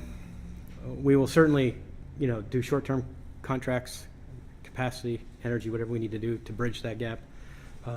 Certainly extend the lives. We've done that. We've repowered things. We'll extend lives, gas conversions if necessary, because we got that issue. And then, as we talked about, investing in the transmission to kind of strengthen the overall grid resilience of the system is very important. So that's kind of a high-level summary of how we go about doing this. Okay, said a lot. Sorry, guys, I could just talk about this stuff all day long. I gotta slow myself down sometimes, but happy to. Now, I was going to call on a friend anyways if you got a question. So. If I could, I'd like to just touch on one small issue. Yes. When he talked about co-location, I think he was saying if they located close to a generator. One of the issues in West Virginia where we have the deregulated sites, where if you had a gigawatt data center with a gigawatt load generator behind the meter, if their plant goes down 5 hours, the wrong 5 hours, I have to have 1,200 megawatts of generation to back them up. I have to have the 1,000 plus reserve margin. So not to say that I know at times people have been looking at that legislation. That's one of the issues you would have if you have a huge load with a huge generator behind it, and we have to back it up. It creates an enormous obligation on us and thanks. all our customers. Yeah, my comments really focus on the kind of the physics of the grid per se, not so much that If issue. you're in that situation and you have to provide the backup power, is that, and that's for all intent and purposes, standby power? Yes. What I would call standby. Standby backup, say that like backup. But is it power you can use somewhere else, or do you fully obligate that there as backup and it's removed from your overall capacity? So somewhere, if we had a situation like a data center behind, data center and that behind the meter, I would have to have resources on the occasion that they might need it. And so I might have to have bilateral capacity, I might have to build something. Yeah, I'd have to have something waiting in the wings to meet that obligation. And even though that obligation is on standby, Right. so to speak, or backup, Right, so we'd have to for figure out. emergency use. So only. how do you price that when someone's paying for? But that's power you can't commit elsewhere. So I could sell if I had it, I could sell the energy elsewhere. It's just like when he talked about capacity, that instantaneous demand. I have to have that level of resources to meet that instantaneous demand. And I don't know how much am I gonna need to back that up? There'll be years where I don't need maybe anything. You know, and there's gonna be years where I need 1,200 megawatts. Or if it goes down for us, worst case scenario, it goes down in the winter. I'm energy short in the winter. I have to go buy everyone else's energy plus theirs, and when prices are high. So it's just something to consider. Do you have customers that pay a higher rate to have priority deliverability? No, I don't think so. we don't have, you know, we have stuff around alternative feed services if someone needs more than one feed to their, so they have more redundancy. We have stuff like that, but not priority on generation. Yeah, the transmission, well, at least from a transmission perspective, it's all the same. It's all the same. So I was just thinking that in that situation, you know, something like that happens, and you've got the main customer who has a who pays extra, have a priority deliverability. Somebody else has to go to alternative supply, and that happens in other situations and fuels. John, if you just, I know you very well, but maybe others don't. If you don't mind, maybe just introducing yourself Okay. real quick, just so. Okay, I'm John Scalzo. I work at Appalachian Power. I'm a VP of Regulatory Finance. I've met several of you, and so I do regulatory affairs and handle financial matters for Appalachian Power. Charlie, you have any other questions, or should I go on the line? No. And I'm just here, really, I just want to lay that, and then I'm here for questions. I guess just one more. If Sure. you had a situation where someone wanted to locate a data center in an area that you quite don't have what you consider to be the adequate power, do you ever consider bringing in like packaged natural gas fired turbines or these mobile reactors to marriage up with your existing facilities to be able to serve a customer at a particular location? Bringing generations into that instead of building the transmission? Yeah, you bring in extra, you bring in the capability of providing new power through Right. other sources Yeah. other than your own. Yeah, I'd say the fuel cell one was, the fuel cell example I cells, showed you okay. was one where that's the case. We don't have the transmission capability to bring the energy to them. So we're buying the fuel cells and installing them at their location. Could you try to provide an oversimplified response to how the grid is configured and operates within this context? You mentioned how your controls as it relates to load and capacity, but then it's important that that be coordinated because of the effect you could have, the cause-effect relationship on other aspects. Given that, and here's what I struggle with from time to time. I know we have a fairly large, per your diagram, line that goes into Virginia to service some of that load, as well as the upper one through Maryland, down northern Virginia and elsewhere.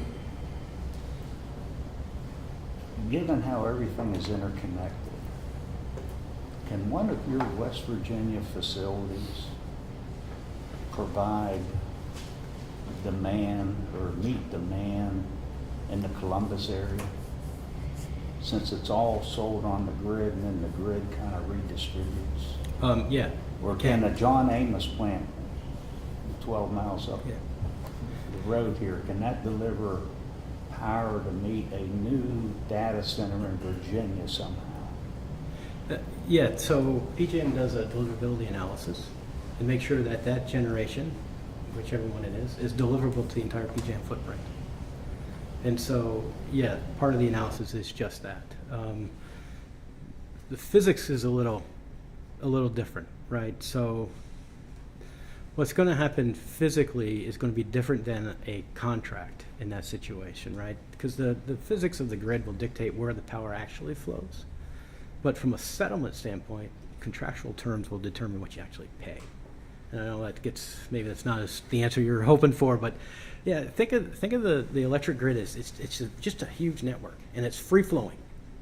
I inject here And if I take it out here, every path between here and here is going to carry some of that power because it just divides among the paths inversely related to their impedance. High impedance paths just get a little bit, low impedance paths carry a lot. And so every piece, so if I put a new load here and I've got generation over here to serve it, every parallel path to get it to here will see some of that power. I get a little confused when I, see that we have increased load that we're having trouble fulfilling. But yet PJM is sending power to MISO that's theoretically produced from down here. Yeah, again, that's back to the physics versus, so when we're moving power to MISO, it's likely, the source of that is likely to be resources very close to MISO. It won't be stuff on the east side. The load will be served by those resources, physically served by those resources. The resources closer to MISO will be the ones that are physically serving those. But I understand that we're pulling power from the Carolinas Yeah, we can, yes. into PJM Yes. here to service MISO. That is a potential possibility. But all those things are,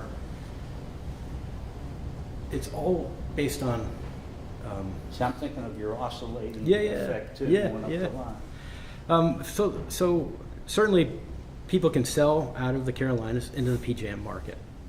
And that's what they will do. So they will look at an opportunity to sell from Carolina into the PJM market. Then they'll go over, look at the PJM MISO interface. And they may find an opportunity, well, it makes sense for them, given where their financial situation is, to buy power from PJM and dump it into MISO. It looks like a transaction from the Carolinas to MISO. But it's really two separate, distinct ones that they went into because there's a financial ability for them to do that, and they think they can make money on those.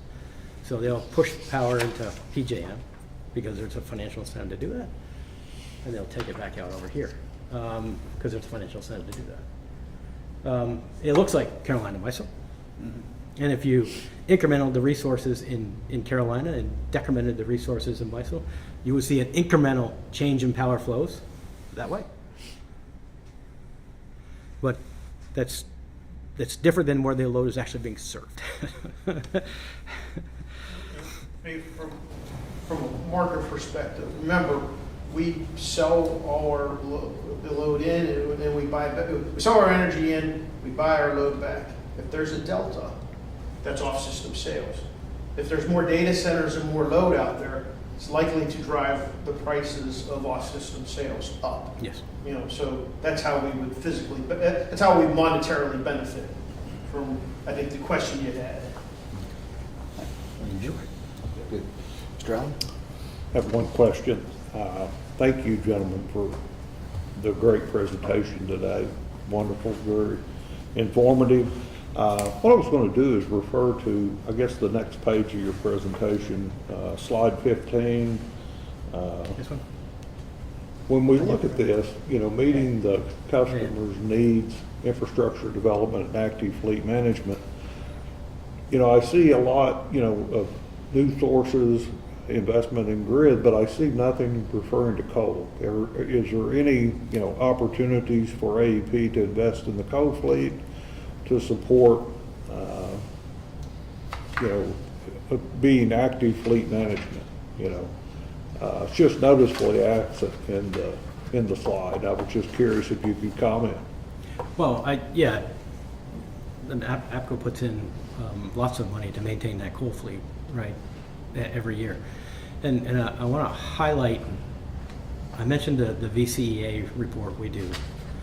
On the last one, Virginia, I think it was Virginia, asked us to run a sensitivity, because in there we have, for planning purposes, we have the coal fleet retiring in 2040. That's planning purposes only. No plans to do that. And they said, well, give the software the opportunity to retire the coal plants in 2029. Not force it, just give it the opportunity to. And then what we had to do then was we had to factor in the cost of maintaining that facility, annual costs, capital costs, O&M costs, stuff like that, into that facility. And the software said, we don't want to retire the plant. It just said, nope, no thank you. And they kept it till 2040 where we made it retire. So we are investing in the plants, but John, maybe you can speak a little bit more. And you can correct me if I'm wrong, the foundation of that analysis is the coal plants are running. Yes. And so that's kind of the foundation, that the plants are running, the meeting, and this is what we need to meet the added load Yeah, that would be yeah, coming. So yeah. it's foundational, that's why it's not showing up there. That's a great call out, John. Thank you. Understood. Are there any opportunities to invest in the coal fleet that would be, increase capacity, provide new opportunities to meet, some of the data center needs, some of the new generation? I think, again, I don't know. There's things we've done Yeah, around like turbines, yeah, and we've- did different things that, maybe added 30 megawatts, we've done Right, that. yeah. So we look for those opportunities, but they're not going to be big, Right. so if there's something out there that makes an incremental improvement, that's valuable, that, its value exceeds the cost of doing it, we're always looking at that. Thank you. Sure. Mr. Webb? Thank you. Thanks again for being here. Two great presentations. Both presentations really indicated you're gonna have to come up with new generation to keep up with the demand you anticipate coming. And you mentioned being an all of the above energy generator. So what are you looking at as far as time for the different types of generation and the cost per unit time to market and the cost per unit? Where's the economy in that all of the above strategy? So we do, for each resource that we put into our integrated planning process, we have those components. So we'll have costs and performance characteristics for each one. We'll have first available, how much could be available, and what we think its cost would be. And then is there a cap on that resource? Is it, is there just limitations to what the market can provide in terms of amount of megawatts of a particular type of resource? So all those go into the planning process, the integrated resource planning process. And it's for each type of resource that's kind of spelled out. So that being the case, what is the most economical, quickest to market method for new generation? The fastest would be to go to that queue where people have already gone through the development process and acquire resources through an RFP process. And typically, depending on where they're at in their process, they may be able to get here, in a year, 2 years, 3 years, depending where they're at. If you're going to build your own gas-fired fleet, you're probably going to be at least 6 years. If everything lines up perfectly. If you're going to build a new nuclear plant, new SMR, 10 years or so to get to an SMR. So those are kind of the timelines for brand new stuff. The quickest way is to go, like I said, go to the market where people have already been developing these things and see if there's an opportunity through that process to acquire resources. Do you anticipate demand outrunning the available capacity of purchased power? Oh.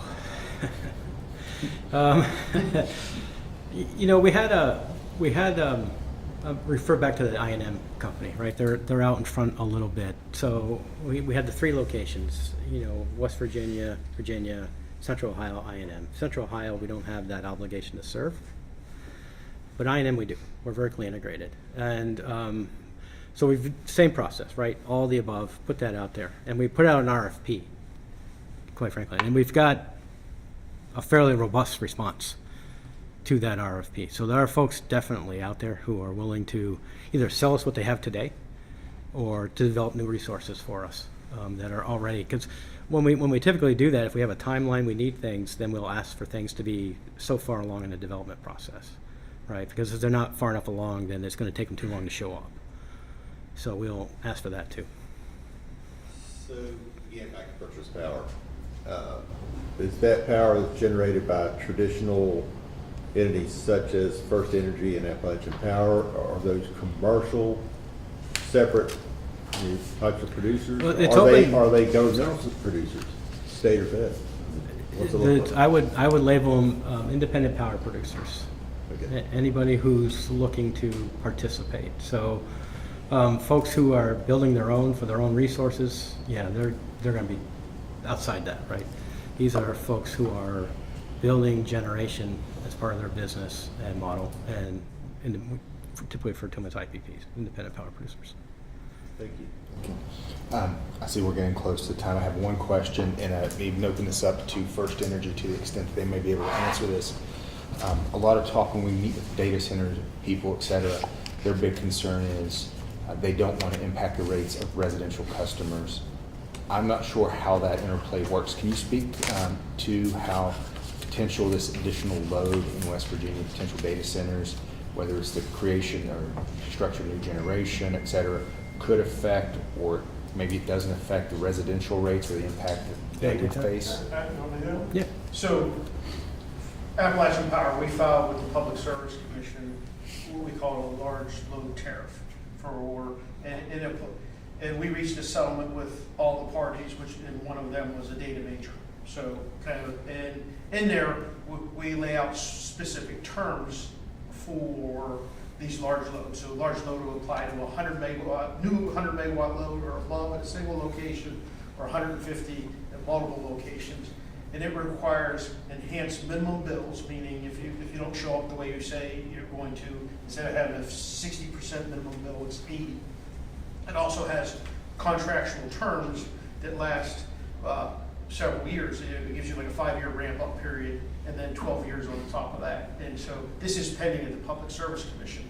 And so unanimous settlement, the Public Service Commission is going to look. What it does is, the data, whoever comes, it puts skin in the game. So as we're acquiring resources, the data centers largely have looked at just paying tariff like any other customer.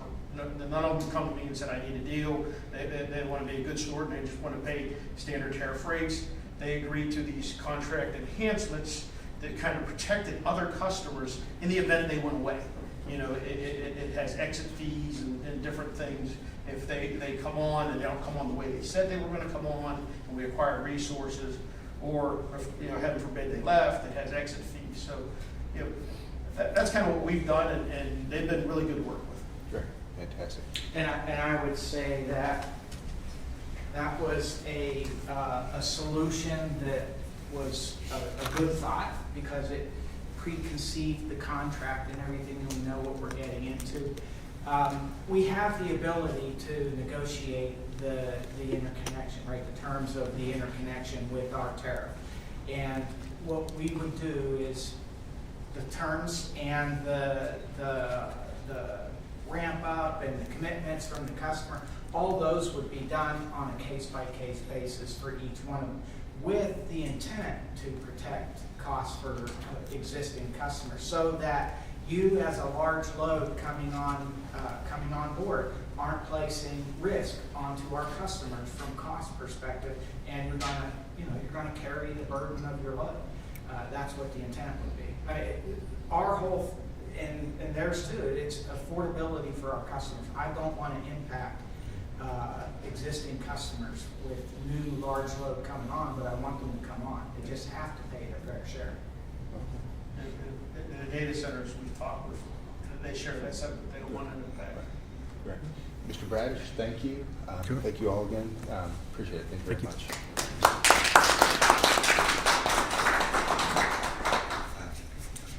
Any remaining remarks or comments by the board? None, Mr. Chairman. No problem.